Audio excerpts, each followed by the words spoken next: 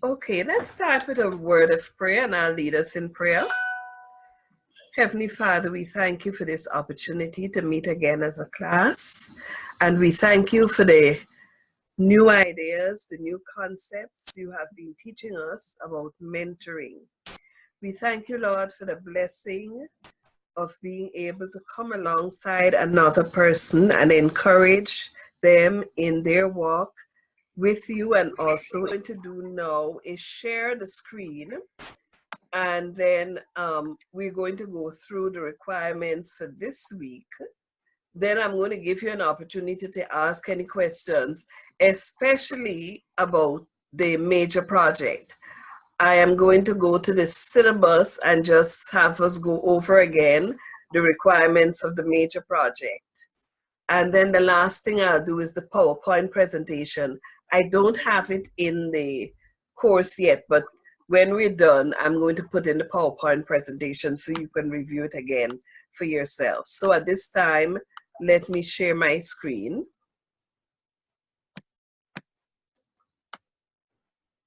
Okay, and why am I all the way over there? Okay.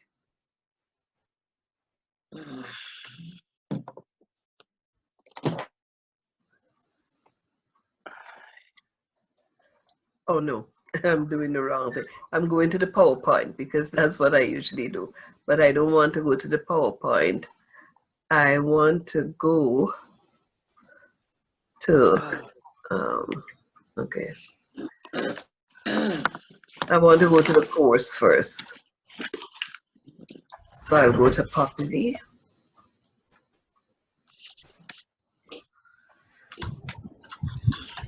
Hello everyone, I'm here. Hello, welcome. Glad to hear your voice.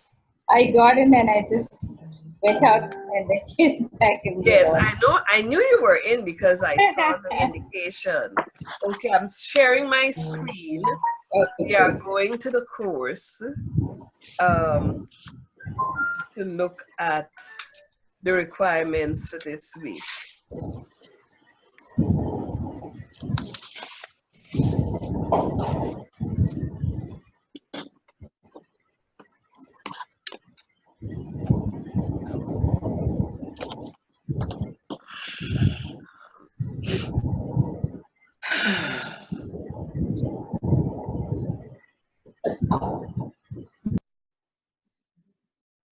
Okay, this week we are looking, focusing on mentoring and women's health.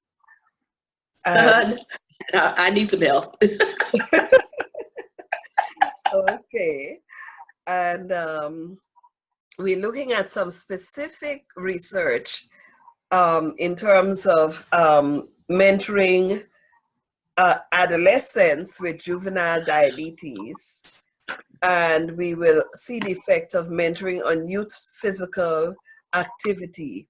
One of the key concepts for the week is culturally aware mentoring. This week, the third book report is due. And I assume that you have been working and you should continue working on your personal learning journal.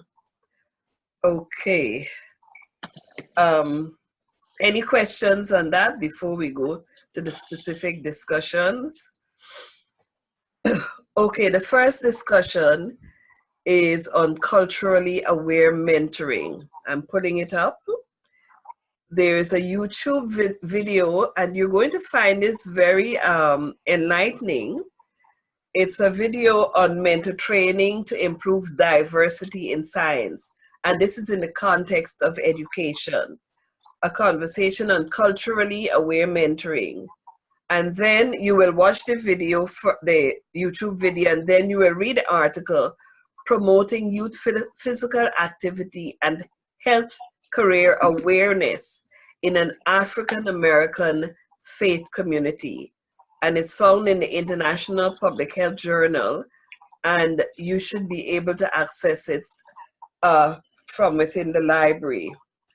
Okay, so having watched the video and read the article from the YouTube video, Explain what is culturally aware mentoring.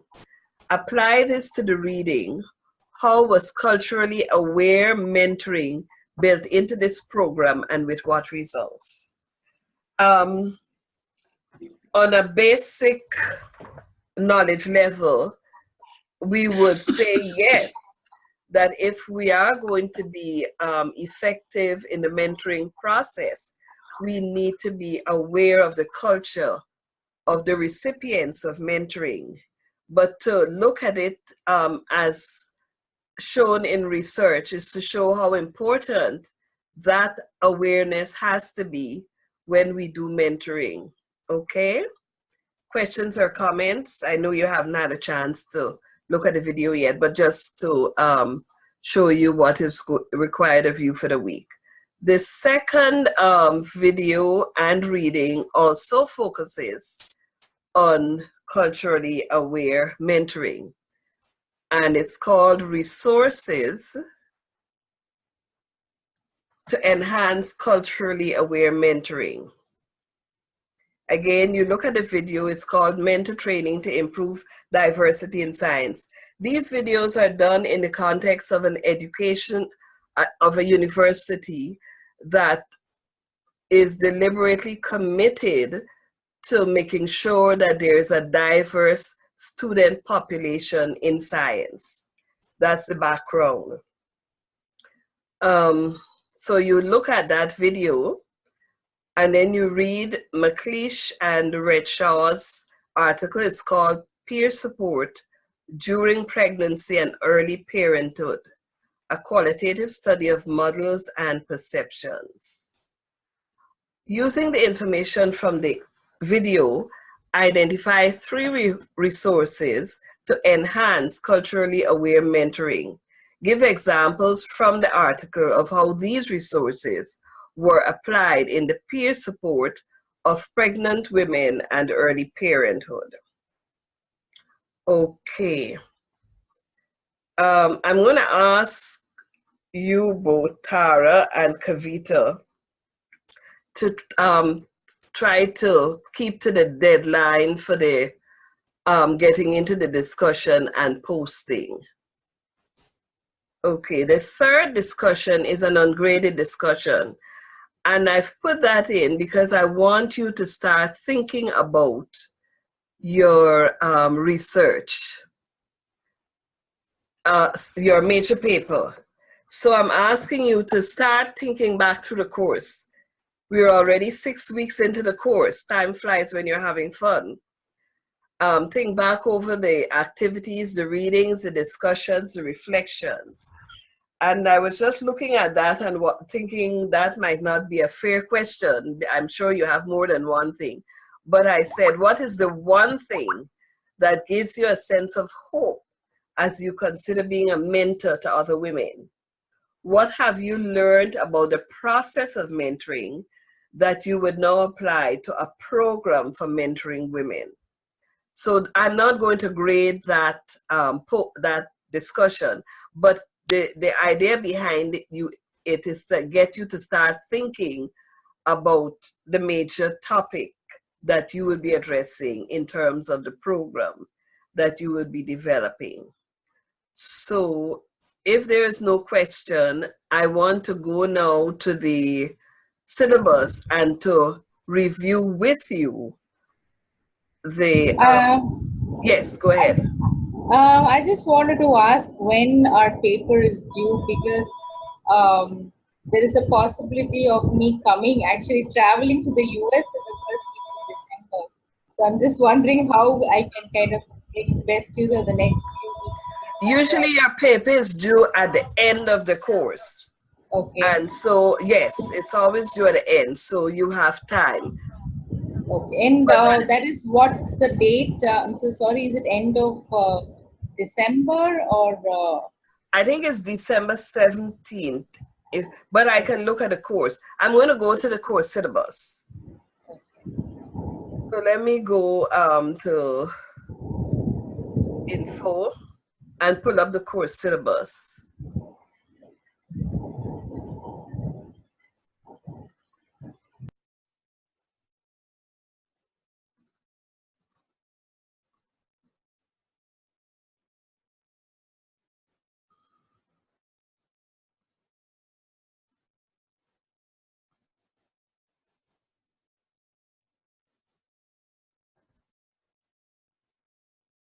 Okay. Okay. Let me go down to the assignments.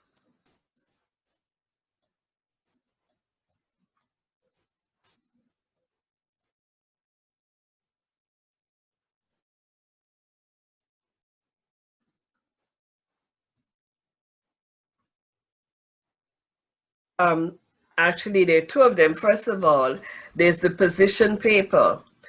Using the research literature and all that we've done, you will write a 10-page paper explaining the difference between individual and group mentoring with a view to identifying contexts that lend themselves to success. Students should also use this knowledge to develop the mentoring program as described in the next section. So we start out first with your dealing with what is your position in terms of the differences between individual and group mentoring. Now, in the program that you're going to develop, you are free to develop a program that may focus on individual mentoring or one that may focus on group mentoring.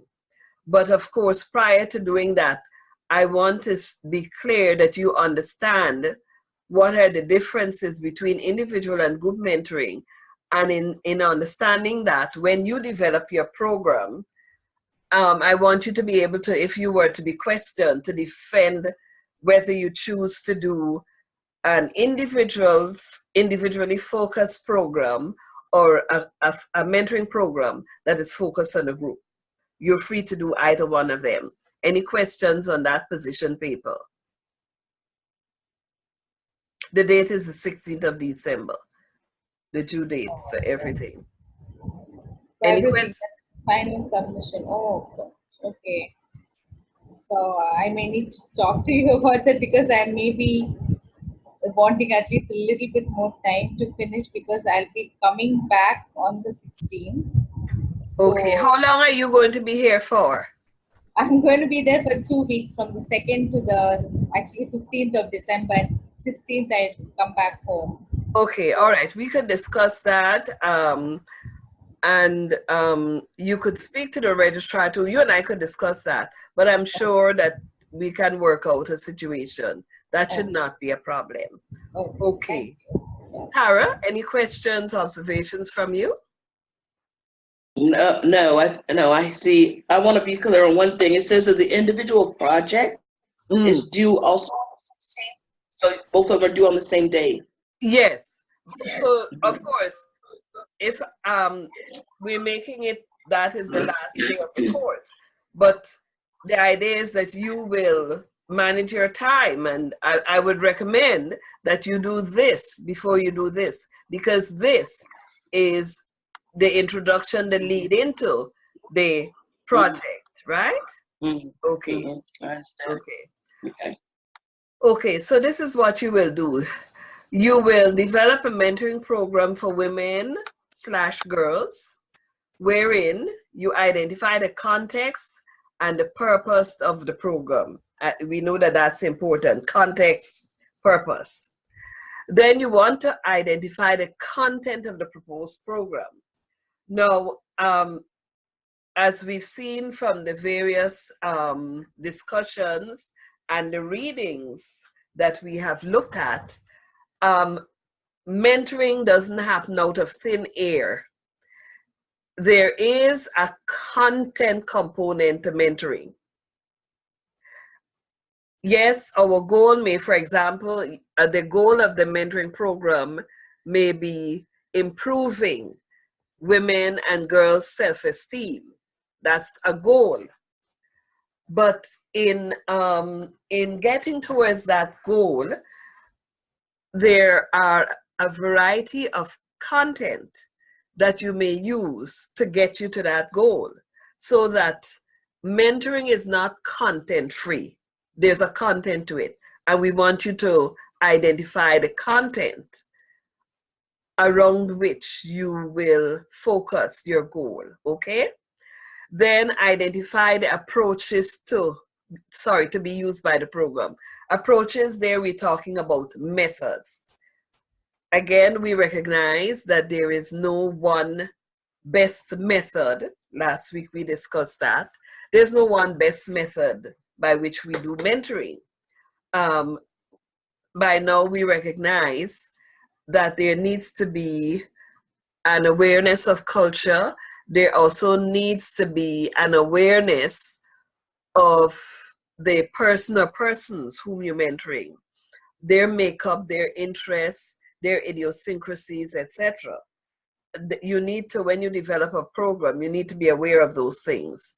And then the last point is describe the evidence that will be used to assess the success of the program, assuming success, of course. You're not going to develop a program that will fail.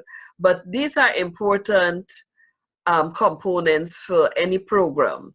The context, the content, the method, and evidence. What evidence do you expect to find to propose that your program has been successful?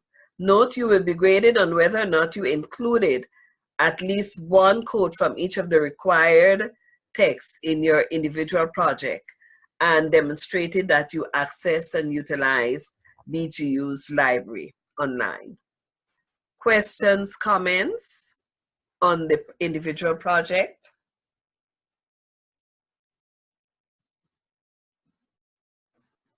We're okay. I'm okay now, Claire. So yeah, Okay. I probably have questions when I start working on it.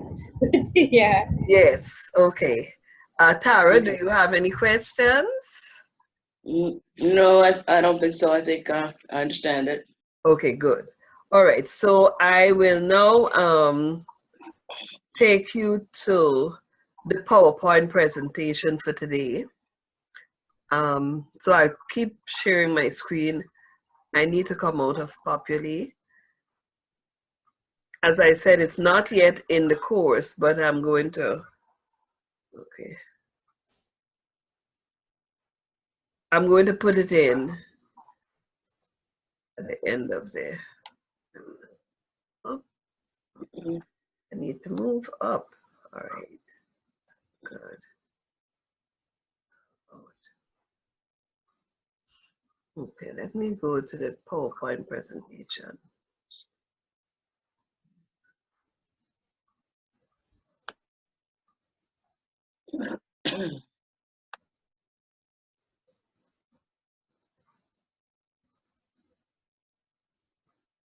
Okay, so mentoring and women's health.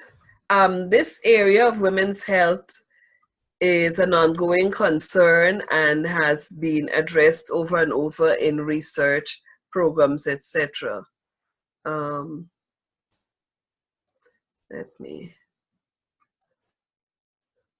because a slideshow. Okay. There's a large body of literature that addresses the variety, scope, practice, and results of mentoring women who are professional healthcare workers, as well as women who are dealing with a variety of ailments. In both instances, mentoring is impactful both to the mentors and the mentees. Of note is that the reciprocal nature of mentoring relationships based on social exchange theory, that mentors too can benefit in terms of increased job satisfaction, increased visibility, and acquiring knowledge and information. So that mentoring is a two-way dynamic. It benefits not only the mentee, but the person who is the mentor. And I could attest to that myself. I am constantly amazed, and maybe amazed is too strong a word, I should not be surprised, but I'm amazed at the resilience, the commitment, and the dedication of those persons who have asked me to be their mentors, some of them I felt like, what new can I offer to you when I see who you are and what you're doing, and I sense your deep commitment to the plans that you have for your life. So as mentors, we stand to benefit from the act of sharing our lives and walking alongside others in their development, whether it be spiritual or professional. And I just also want to share, which you're perhaps aware of, in the field of healthcare, from a professional standpoint, a lot of attention is paid to mentoring. For example, among nurses in the nursing profession, I have sisters who are nurses. One of them, for years, she has mentored a number of nurses in her hospital. She was one of the mentors for the new nurses. When a nurse is first employed by the hospital, she was one of the nurses who worked alongside that nurse to help him or her to integrate into the profession and the culture of that hospital, etc. And that has been for her a rewarding experience, and also, of course, challenging. But that, I'm just sharing that to let you know that in the medical field, mentoring is a deliberate effort to develop the professionals within the field. Questions or comments before we move on? I would just say that that when I first got into broadcasting, I was thinking about that when you said that. I would have been so good to have had a mentor at that time. It's highly competitive, and everybody tends to be trying to get their own thing and trying to get the lead story and trying to find something that is network worthy. Yes. And so, you know, I do look back and think about one woman who she was willing just to help us and to tell us, the new reporters, you know, the best way to stand, the best way to do things. And so that made it a lot less stressful than it would have been. But I see, looking back, I can see where having a dedicated mentor would have probably lessened that that switch over into that world, Yes. because it is a world. Yes. And stuff. So yeah, so hearing about, you know, how nurses are using them, and now in education, Yes. the system that I came from did not have mentors. Mm-hmm. The system I'm in now, they have what are called mentors, but I don't think they quite understand the concept of mentoring. As I've said, as I've written, Yes. their concept of mentoring is more checking off the do's and don'ts and telling you, you know, don't do this, don't do that, don't do this, don't do that, but not a real coming alongside, developing relationship and moving the person to that place. So so I see where that could be so valuable, and the young teachers coming in, because teaching is so stressful, and it can be such a culture shock from one career to another, or even coming out of college, having a mentor that is going to really develop relationship, Yes. and then working towards the goal would be really phenomenal. Yes, and you are right. In terms of teaching, the need for what I would now say real mentors. Unfortunately, what may have happened in your specific program is that, like you're saying, there is an awareness of the need for mentoring, but there is not necessarily a commitment to the challenges of real mentoring. So they're right now just checking the box, say we have done this, but it's a one-sided, it seems to me from what you have shared, it is a one-sided relationship, which is unfortunate. So the first research we're looking at that I've summarized is called The Impact of Mentoring Program for Female Mental Health Nurses.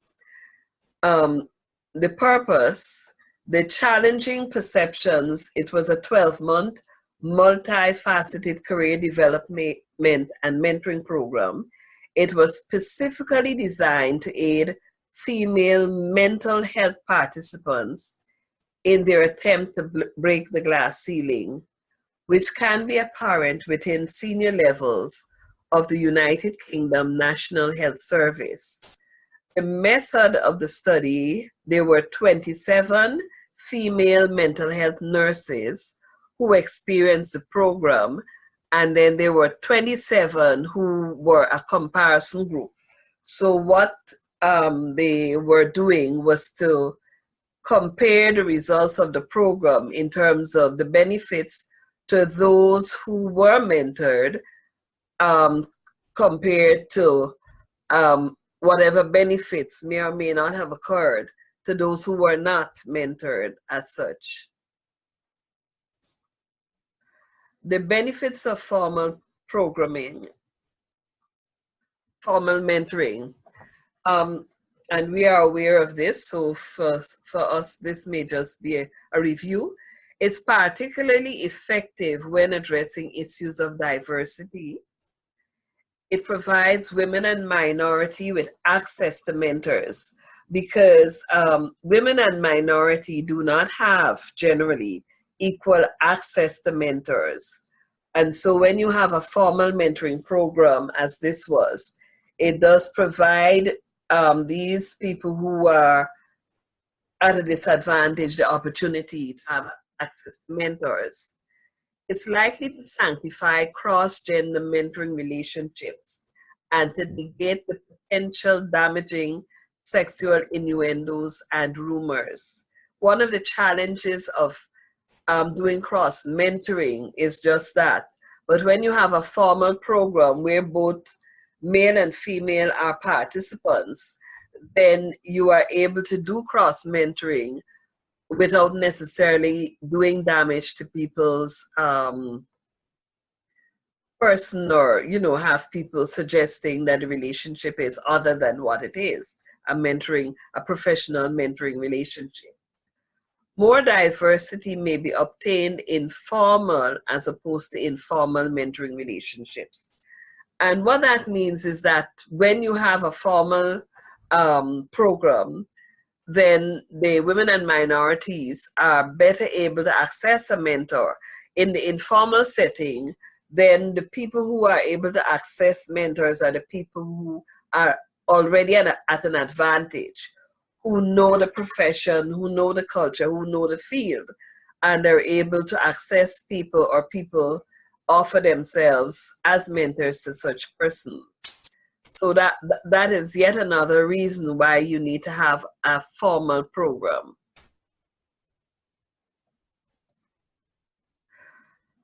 How the program define mentoring? They define mentoring as support, assistance, and advocacy or guidance given by one person to another in order to achieve an objective or several objectives over a period of time. And just by way of note and application, when you develop your own mentoring program, it would be good for you to have a definition. You don't have to create a definition of your own. You could use a definition from within the literature. The method of the study. The mentee participants experience an array of training and development events over the 12-month program. For example, the action learning sets, gender awareness training, intensive training and development related to mentoring, career development, and glass ceiling issues. This was a qualitative study with one treatment group and one comparison group. The data collected from the groups prior to the program and 6 months into and 6 months after the program. So it was extensive. Questions or comments before we move on to the next slide? No. Thank you.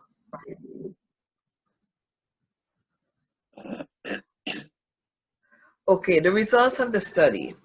The program has a greater impact on the career and personal development of Menti participants compared to those who did not experience the program. And we would have expected that.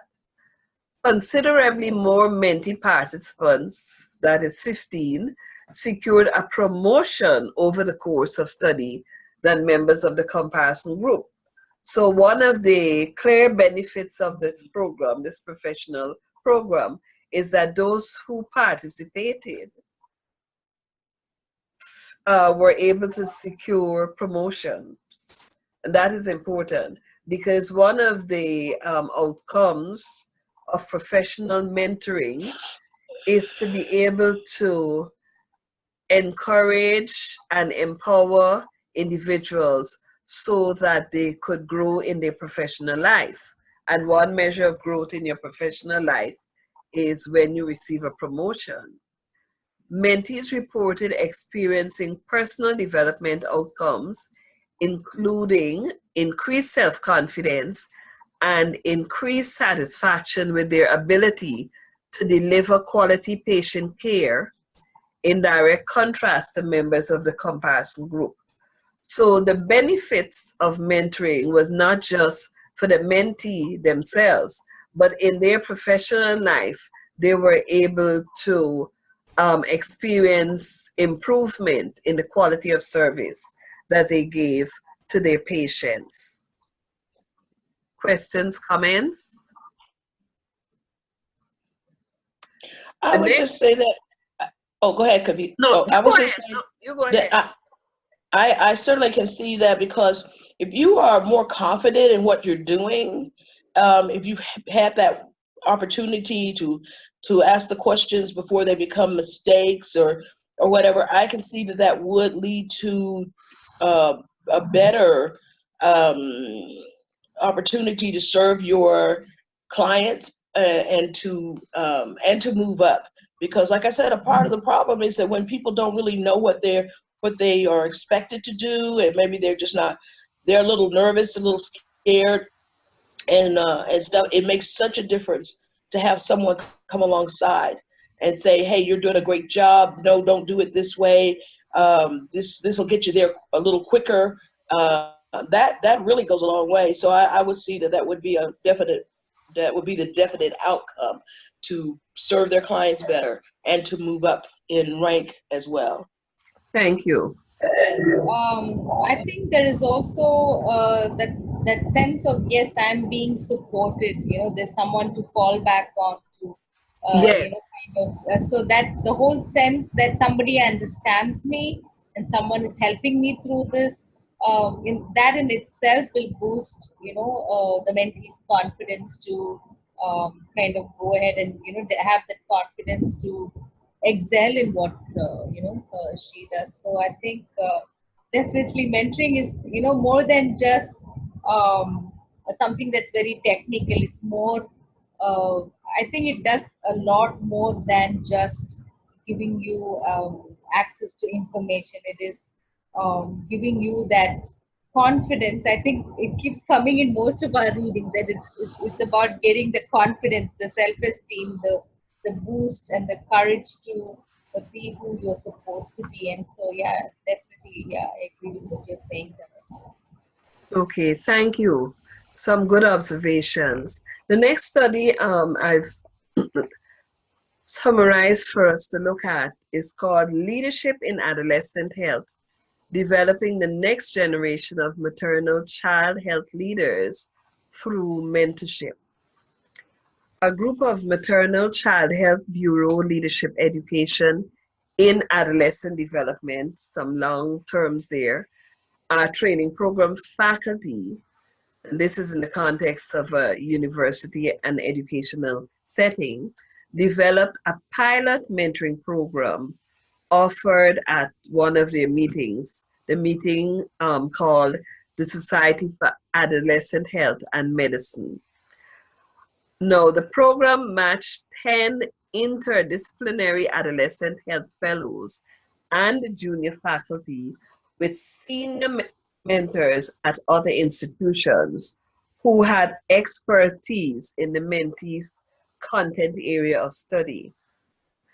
The purpose of the program was to foster the next generation of leaders in research, clinical care, teaching, and policy making. The study used the developmental networks model of mentoring for career advancement, and we're going to talk about this model, the characteristics of this model.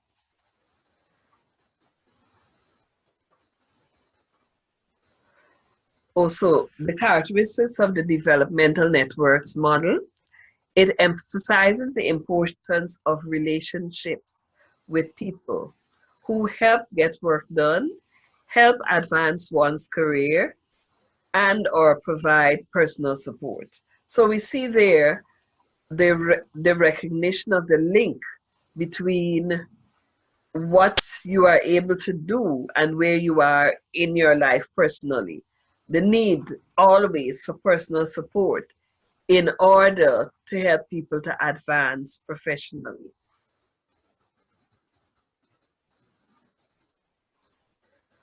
The aim of this program, they were disseminating the mentorship leadership competency more broadly.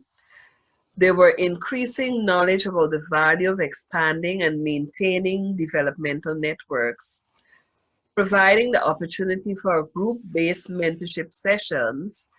So we see there group-based mentorship sessions was important, and individual distance mentoring. So they did both. And then, of course, assessing the outcomes. If you have a question or comment, let me know. Chair, I was just wondering, why do we have to choose in our projects between individual and group mentoring programs? Good question, especially what we've just looked at. So Yeah. I'm going to say that you shouldn't have to choose. Okay. But just be clear, as to why you're doing both. Okay. That's because a good question, I think both, Kavita. yeah. Yes. I see the benefits of both, and so Yes. why miss out on one? You are right. Thank you. The assessment and the methods. A pilot program for adolescent health fellows and junior faculty was designed at one of their annual meetings, and I think that was in the 2011 meeting, because this treatment spanned about 2 years, 3 years, 2011 to 2013. The mid-career and senior adolescent health faculty designed a pilot mentoring program for interdisciplinary adolescent health fellows and new junior faculty, and this was offered at the annual Society for Adolescent Health and Medicine meeting. The selected applicants were matched with mentors with specific expertise to their projects. So people had to apply to get into this program, and they were matched with people who had specific expertise in terms of what these individuals shared their needs were.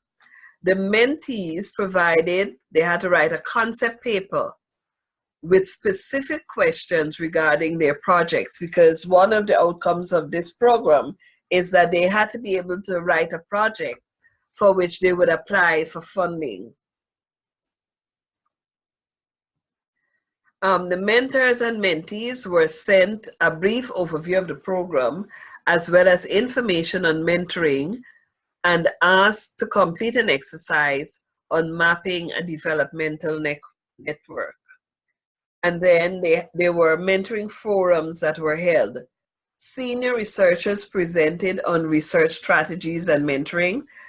Remember, this is in an educational setting, and these people who are being mentored so that they could do research.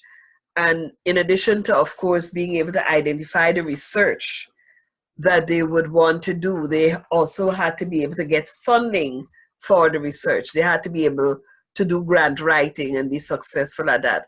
And if you know anything about grant writing, that is a skill by itself. And in 2011, they looked at the issue that they called solving the impossible research problem. And then in 2012, what's your story? Using stories to ignite performance and be successful. The evaluation and findings. The program was evaluated longitudinally via survey and qualitative interview. The findings included the following. There were 10 mentor-mentee dyads that participated in the research forum and mentoring program, and they were followed for over a 2-year period. All the mentees expressed a desire to receive feedback on their current project, and that's very important. In a mentoring relationship, feedback is key. And a red flag to you as a mentor is if for whatever reason people are not interested in feedback or they are not able to receive feedback, especially negative feedback. All the mentees were female between the ages of 30 and 37 years. And most of the mentees were preparing grant applications or designing projects at the time of the first research forum, which was, I think, in 2011. We continue with the findings. The commonly reported barriers at all time points were insufficient training on grant writing, insufficient training in research, financial support for research, and lack of administrative support. And so we see why it was so important for this program to be offered. The barriers were noted in finding mentors and collaborators with similar research areas, balancing research and clinical time, gaining grant writing skills, and identifying and narrowing research focus. 2 years after the program began, 9 mentees responded. 4 of the mentor-mentee dyads were still actively collaborating, and in 3, this had led to more formal collaborations. So that piece of information alone speaks to the success of this project. Comments, questions? I'm sorry, what was over what span of time are we talking about? It was over a 2-year period. 2 years. I missed that. And if you count 2011, they may say 3. It was from 2011 to 2013. Okay. All right, I missed that part because I know I was listening to some video or kind of TED talk, and they were saying that a good program is not less than 6 months, but probably a year would be a good span of time. Yes, so, but the thing about this program is that there was a series of outcomes they were looking at, but one's outcome that takes time was that they were preparing these fellows so that they would be able to apply for research grants. Right. So then, I got it. Right. So to do that, there are 2 things you have to do. You have to be able to prepare your research proposal so that you could start your grant writing. So, and they're both 2 demanding and different skill sets. So that explains the time that was given. The last research article we're looking at is called Adolescent Perception of Mentor-Mentee Relationships in an Evaluation Study of a Mentoring Program for Adolescents with Juvenile Diabetes. I don't know how many of you are aware of the incidence of juvenile diabetes. It's real. In fact, you have children who have diabetes, and then of course they grow into juvenile. My first encounter of that was years ago. My administrative assistant, who at the time she was in her mid-30s. She was about 37. She had been diabetic from age 7. And I was so impressed with this woman. She was very, and I'm talking about in a context, not the US, this was in the Caribbean. She was very, very disciplined in terms of her lifestyle, her eating practice, etc. Because she had been a diabetic from age 7, and she came from a family history of diabetes. And at the time she worked for me, she worked with me, I was so impressed at how careful she was. And somebody like her would have benefited from a program like this. What she was doing was literally on her own in a context where we do have a high incidence of diabetes, but people were not as disciplined or careful about how they managed their challenge. So this was a description of 3 one-year cycles of an evaluation study of a mentoring program for adolescents with juvenile diabetes. The aim of the program is to increase the adolescents' cooperation and compliance with the demands of treatment. The purpose of the study was to understand the nature of the relationship between the adolescents and their mentors and examine from their perspective and feelings how this relationship helps them to cope with the numerous challenges posed by diabetes.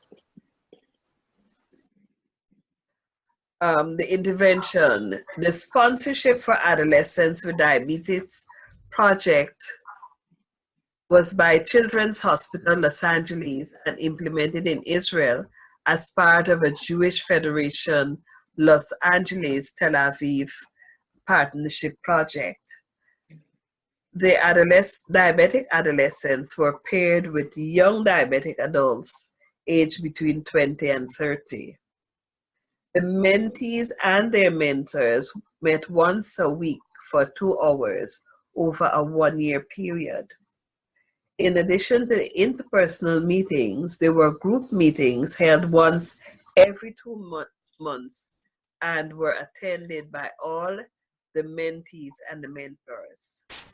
The mentors were recruited after being personally interviewed and then optimally paired with a suitable mentee.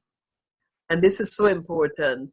If you're designing a program, you have to pay attention to the matching of mentor with mentee.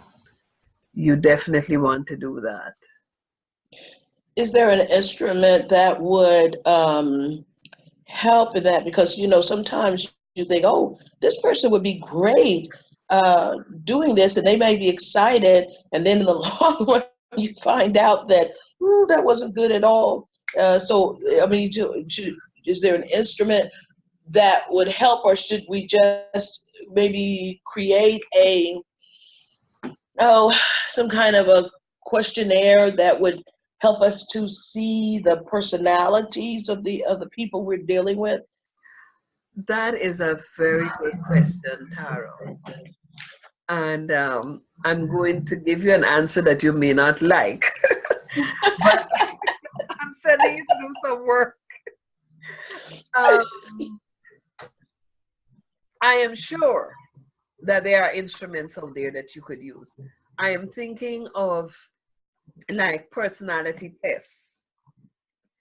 But what I will ask you to do, and Kavita, you too, and I myself will do it. Let's go out there and see if we can find some instruments. Because it's always good to use what is out there, because designing an instrument is a skill by itself. And then you have to test the instrument before you use it. But I am pretty sure that there are instruments out there that you could use to help you to match mentor and mentee. The only thing I'm thinking, but let's go out and see what we find, is that in most cases, such instruments may be context specific. Mm. But let's see. Excellent question. Let's see what we find. Okay. Okay, let's move to the next slide. The data collection and processing. Data was collected by means of end-of-year interviews with the mentees.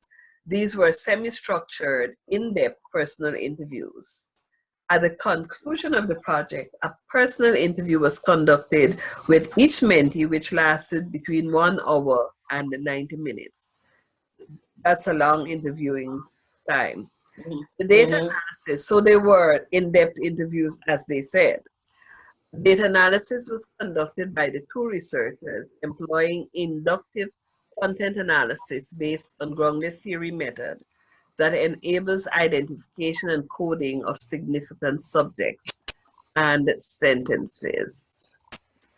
The themes that came out of the interviews, in terms of the mentor-mentee relationship, the mentee described the mentors as soulmates, social worker. They admired them as role models. They identified them as recreational partner. Some of the mentors took them out like bowling and doing activities that young people would want to do and enjoy, right? Because remember, you're building relationship. Another theme that came through was learning through observation of the mentor behavior. Learning by observing their natural behavior, learning as an attitude, learning skills, negative learning. I remember one mentee commenting on the discipline that they saw in a mentor in terms of taking his or her own medication. Team 3, remember we're dealing with adolescents and who have diabetes. So discipline around eating, diet, taking medication, that's an issue. That's a challenge, even for adult diabetics, much less adolescent diabetics. The third theme, emotional effect of the relationship, empowerment and hope, breaking emotional isolation. Summary of the findings. The mentor's presence and lifestyle made coping with diabetes possible, thus giving hope to the adolescents. The mentors sharing their experiences with the mentees frequently dispel fears and loneliness. The mentors share the adolescent and the adult world because these mentors, who are fairly young, 20 to 30, themselves were adolescents, diabetic before they became adults, so they could identify with the mentees. The ability of the adolescents to identify with their mentors has a positive and empowering effect. Thus, the mentors enable the mentees to come into and examine their lifestyle in a safe, intimate, and non-threatening space that can teach them how to live a fulfilling life with diabetes. Question, comment? I was just thinking, you know, there is definitely that advantage when the mentee, mentor shares an experience with the mentee. And for that, you know, reason that, you know, even in last week's discussion, I had marked how, you know, there's something in the mentee should find something in the mentor that he or she connects with, you know, and that makes the experience. Oh, certainly. Yeah. So yeah, certainly. That's why. Yeah, that's an observation. So yeah, that's so crucial in a mentoring relationship. So oh yes, definitely. Common sharing of experiences, which adds, you know, richness to the whole process. Yes, definitely. Any other comment? No. Okay. If not, I think this brings us to the end of our session. And as I close, I just want to to encourage you to let us try and keep those deadlines for posting in the discussions. And actually, I owe my second book review as well. I'll try to post it as quickly as possible. So, Okay, okay. Also, on the that video, I couldn't open that video for the last one. Saddleback women. Let for week I 5 tried to Google it. for last week. Yeah. Okay, let's go to the course and see. Because I tried to Google it and I couldn't find it that way either. I mean, I found some other videos, but I didn't find that one. okay, let's go to the course. Let me see if I could come out of this here. And let's go to the course and open it, because you should be able to just click on it the way it's. Yeah, I clicked on it a few times. It said, it said video not available. Cara, what about you? Did you have that experience? No, that's me. Sorry, I'm sorry. Vita, I'm sorry. yes, I had, I couldn't. You couldn't open it either? Yeah. Oh no. Okay. Maybe just email us the link. Okay. Next time that happens, as soon as it happens, let me know, because I need to correct that. But I'm going to go into it now so that I could, why am I jumping around here? Let me jump out of this. Jumping around. All right. Okay. So this is week 5. Let's go. Because it should be, we should be able to open it from the course.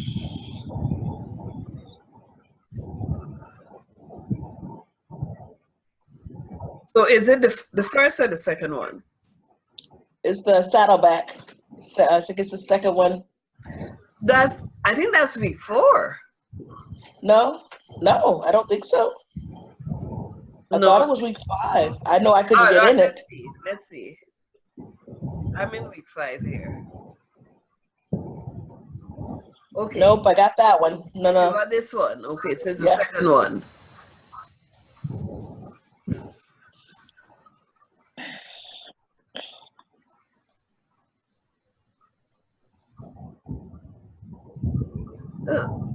No. So it's not this one. No, the other one. It's Saddleback. That's the first one. No.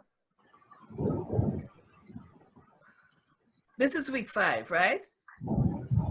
Yeah, I'm pretty sure it was week 5. This is week 5. Go down. This one. No, I did that one. It said Saddleback Women's Mentoring. Let me see if I find it. Nope, got that one. Kavita, you remember which you know the one I'm talking about? I don't know the title of what you're talking about, but I had a lot of problem with the links that last week, and the video that we just saw also wasn't working for me, and I tried a few times and finally it worked, and then I found the link elsewhere in the library and I took the article, but the link wasn't working. It still isn't working for me. Okay. All right. I'm just opening this one. Let's see, because I want to find it. Because I just simply posted and said I can't get into this. Hold on, let me see if I can find it too. But if you find it, then you find it, and then let me come out of share, and then you find it and show us. Okay. So I'm stop sharing. Okay. And then you find it, you share and find it and show us. But once you're having a problem, let me know immediately so that I could correct it. Okay. Let's see.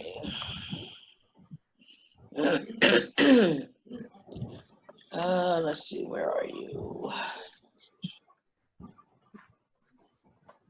Okay, it's week 5, position 1. Now, I don't know how to share my screen.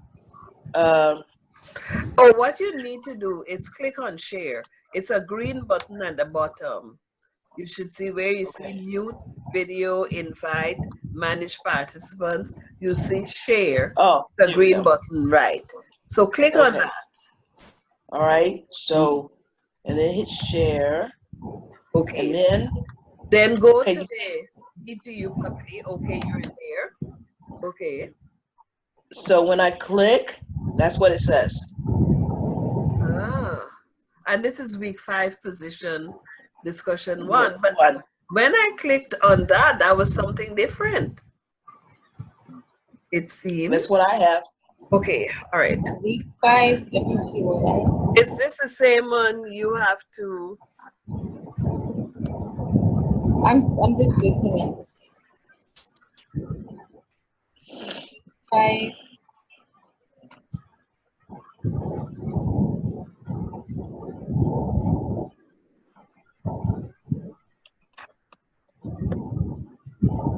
No, I just left a message that I tried it. I tried to Google it. I couldn't find it. Okay. Now let me go back because it looks like we're looking at something different. Yeah, so yeah. Let me okay. Tara, if you could stop sharing, then I will share and go back to week 5, position 1, because I think it's something different I saw. So we really have to get this fixed. Okay, can I go ahead and share? Yes. Good. Okay.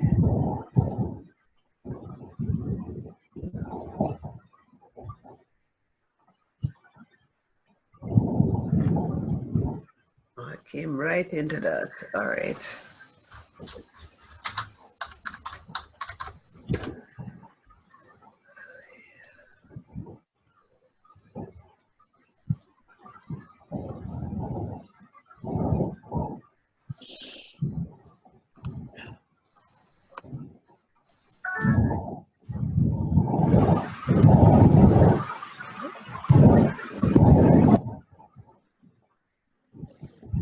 So this is week 5.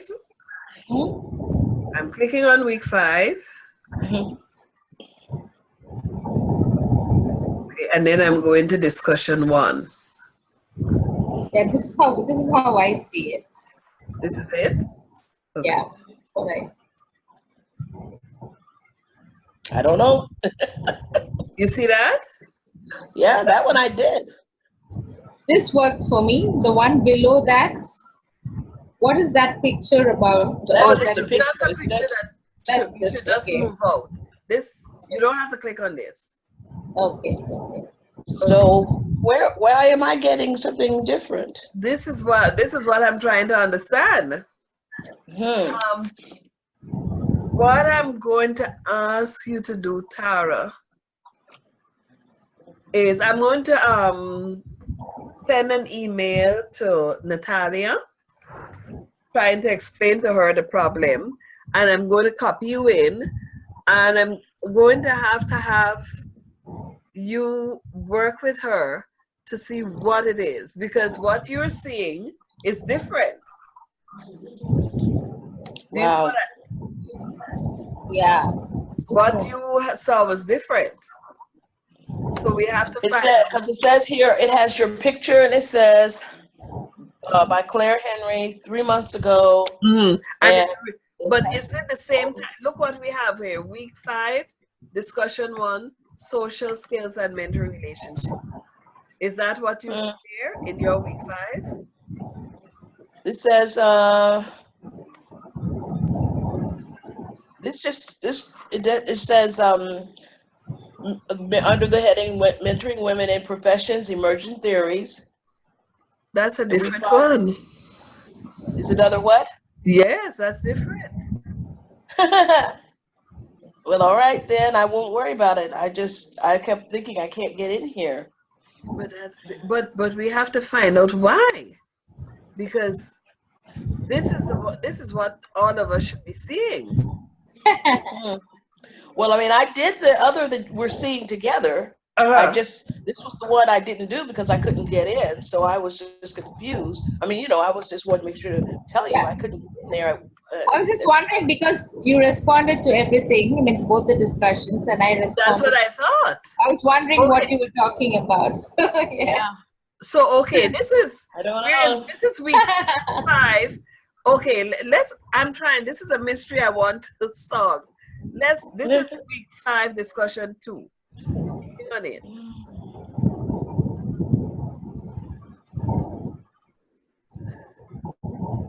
And this one, it's just the article. Yeah. Okay, Tara. I was like I said, I think the best explanation will come from you, because I am a little confused. But what I could send Natalia, you have Natalia's email, right? I believe so, yes. Send her an inquiry, copy me in on it, and I think she's going to have to go into the course with you. Because we need to understand why is it that you're seeing something different. Okay. It seems. Because we looked at week 5, and these are the 2. I was really looking forward to it because Saddleback, they started years and years and many years ago. Their whole premise was mentoring in their church, and they mentored everybody, and they used people who had come out of similar situations to mentor those who were coming out. And so I was so excited when I saw that, because I thought, oh my gosh, they have such an excellent program overall, until I wanted to see what the women were doing. So yeah, I was disappointed when I couldn't find it. Okay. Okay, I've just went to week 4 because for some reason I think what you're seeing is what we have in week 4. Well, it says week 5, but I still can open it. So yes, but we have to find out, because it shouldn't be that we're seeing different things. So okay. I just went into week 4.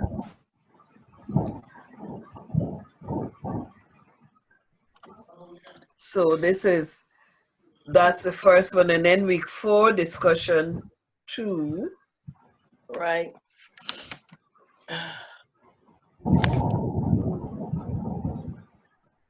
Oh, let's go to this. This is self-determination theory. That's different. Yeah. That's different. I don't know. It has the same heading as everything else that we've done. It's just, I don't know why. Go to week 5 with all the things set up there and see. Go to week 5. Okay, let's go back to week 5. And let me see what it says here. It says week 5, position 1. I don't know why it's on my deal. Okay, we're in week 5 here. Okay, go down the list there. That's the PowerPoint presentation.